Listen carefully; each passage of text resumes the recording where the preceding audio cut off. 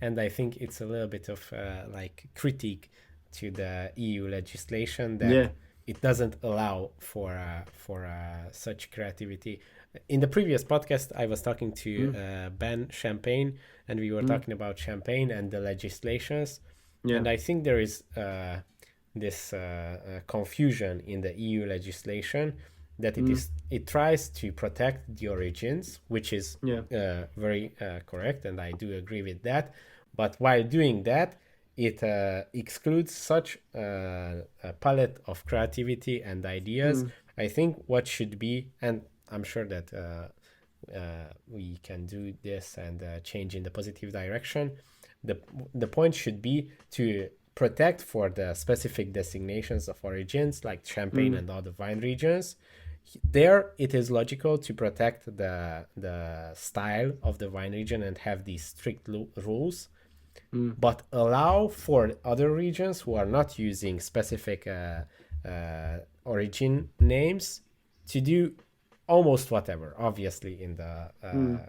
rules of the like normal rules, but not Yeah. to over regulate it because it limits such creativity. Lots of new grape varieties in most of the EU countries. You cannot plant a grape variety which was even indigenous in that country, Mm. an old grape variety, but it was disappeared, so it didn't get into the EU legislation. And now you cannot plant it. For example, we have a similar situation in Hungary and in the historical parts of Hungary. There is Mm. this grape variety called Bakator, Okay. and it disappeared. There was no Bakator made in the last like 200 years, but it was a Mm. very famous Hungarian grape variety. Even the Russian Tsar was ordering the Bakator because everybody loved it in Europe, and it Mm. disappeared for some reasons. I think even before the phylloxera, and there is a group founded that the goal was to find the Bakator because there were legends that maybe in southern Hungary somewhere there is one more grapevine, and they were working for years. They have found the Bakator, and they started replanting it in experimental plots, but it is still not in the EU legislation. So legally, you cannot create any Yeah. Bakator vines. There are some vineyards already, and there are wines made, but Mm. it cannot go into the market because it's not allowed, and the process is very long and difficult to get Yeah. these grape varieties into the system. So this is just about grape varieties, but there are Yeah. so many regulations that limits the creativity of winemaking. Absolutely, and I think this is a very common story in many regions. I know some in Benedès, and I know some from Portugal, and I think it's, of course, the ideology behind all the wine legislation is to protect and enhance the quality of every wine region's production.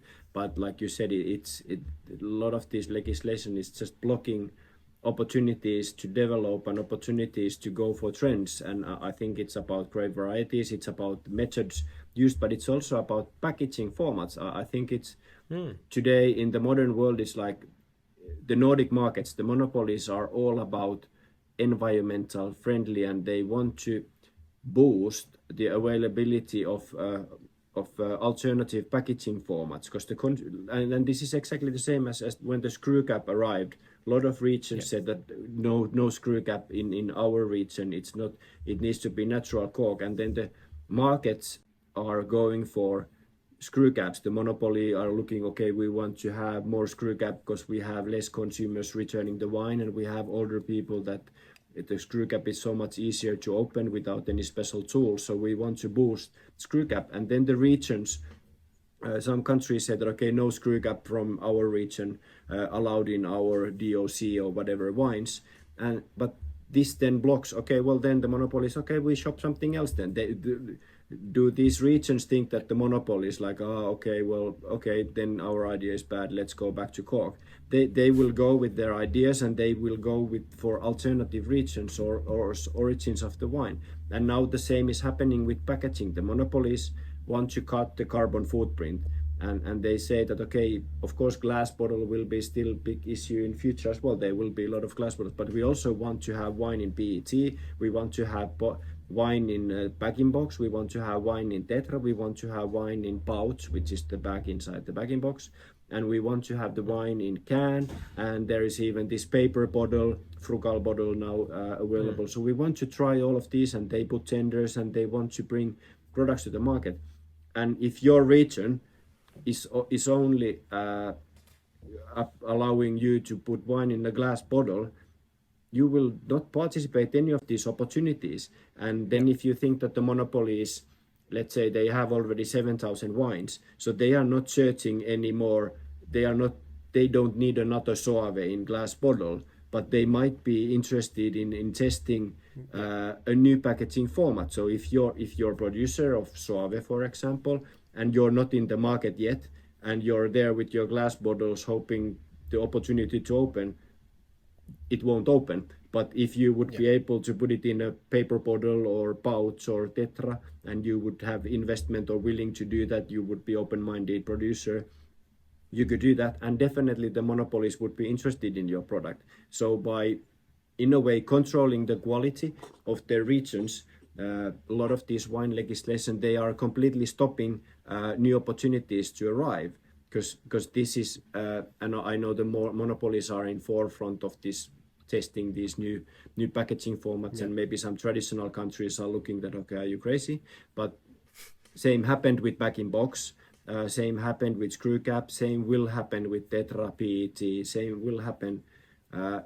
So the monopolies are just test markets for the world. Where is it going? And if you are producing wine under one of these DOs or whatever appellations that completely ban every trial or every innovation, you're in the wrong train. That is, of course. then because then the market will be full. Same happened with bag-in-box. Well, also I think the problem occurred when some producers said, okay, bag-in-box is not to me, not my wine style, is our brand is not suited for bag-in-box. When it started increasing in something early 2000 in the Nordics, then 10 years later, when the bag-in-box is 45% of the complete Nordic market, so Finland, Sweden and Norway combined, 45% wine or whatever, 40 to 50% wine is in bag-in-box. Then 10 years later, you maybe as a producer start to think, maybe it is for our brand as well. Maybe we should go in. But the market is already built. So then you're there, okay, well, there is already more than 1,000 different bag-in-boxes in the market. And then you're like, okay, I'm here now. I have my bag-in-box. But the opportunity went. Of course, you may still enter and you can do it. But it would be so much more beneficial, so much more easy and so much more better for the producers and for the regions if they could be a little bit more flexible or enter the market when the change is actually happening, not joining when everybody else made the change to happen, and then you're starting to look at, okay, well, we are still here with our glass bottles. So yeah, that's why the new world wine regions have conquered all these new trends and all the changes in the market. The new wine regions and the new world is always winning this race, because legislation almost in all of the new world countries are very loose, so the winemakers are allowed to play.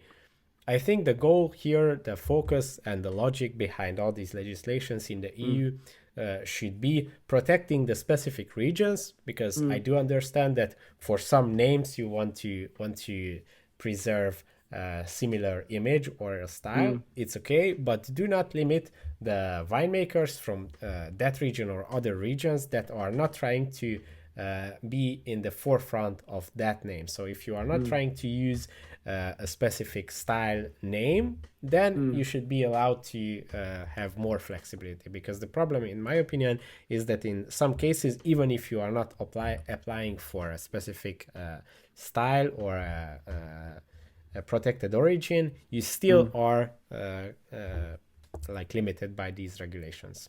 Absolutely, yeah. Thanks for watching this video. You can watch the full podcast episode by clicking here, or watch another interesting video by clicking here. Let's continue the discussion in the comment section, and see you in the next one.